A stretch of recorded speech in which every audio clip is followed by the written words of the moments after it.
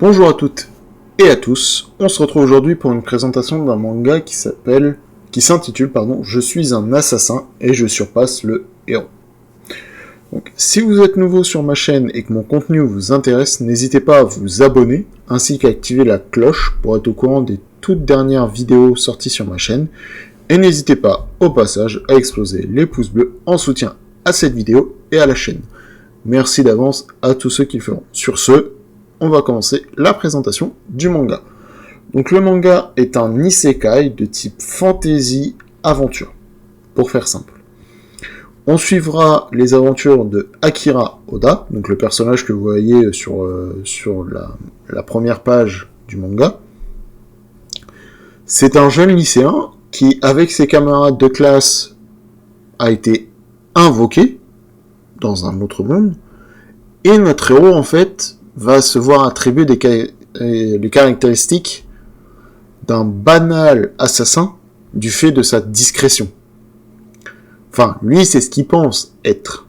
Mais en fait, ses compétences vont se révéler, bien plus grandes et bien plus puissantes que celles du héros, qui est le délégué de la classe. En fait, il va avoir des compétences qui vont être juste, si je me trompe pas, je crois que c'est 10 fois plus puissantes, quelque chose comme ça, que celles du héros.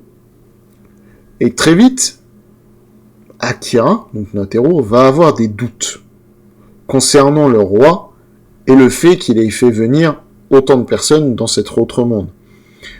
Et justement, il va devoir mettre en pratique ses compétences d'assassin pour élucider le mystère et découvrir la conspiration qui est en train de se tramer, en fait, dans cette œuvre, enfin, dans ce monde, dans ce pays.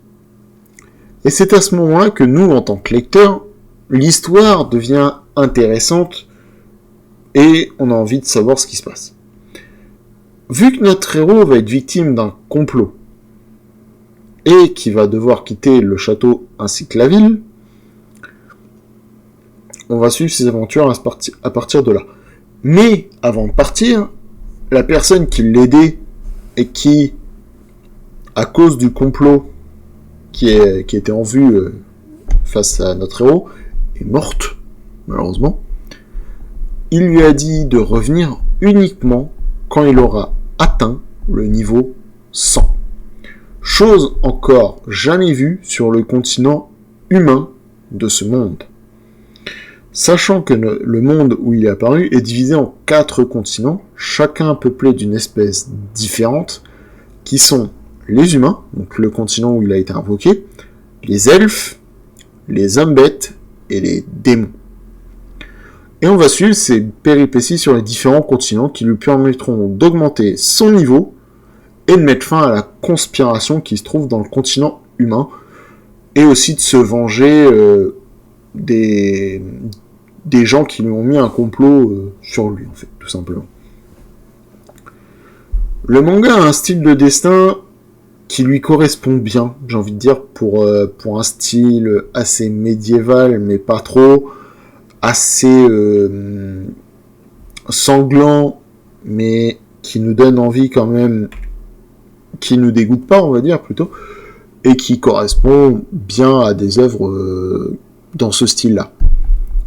Sachant que le mangaka arrive à nous donner l'envie de connaître les personnages, car les personnages sont ils sont attachants, ils ont des histoires tous très intéressantes, et surtout ce qu'on veut voir c'est ces aventures, tout simplement. Les dessins sont magnifiques, je trouve, clairement, je les trouve juste magnifiques, sachant que c'est Doki Doki en plus qu'il publie.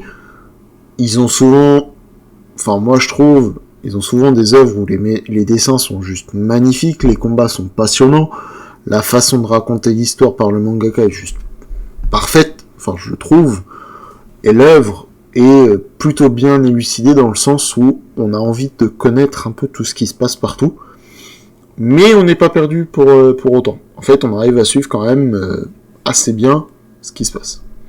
C'est donc pour cela que je vous le recommande.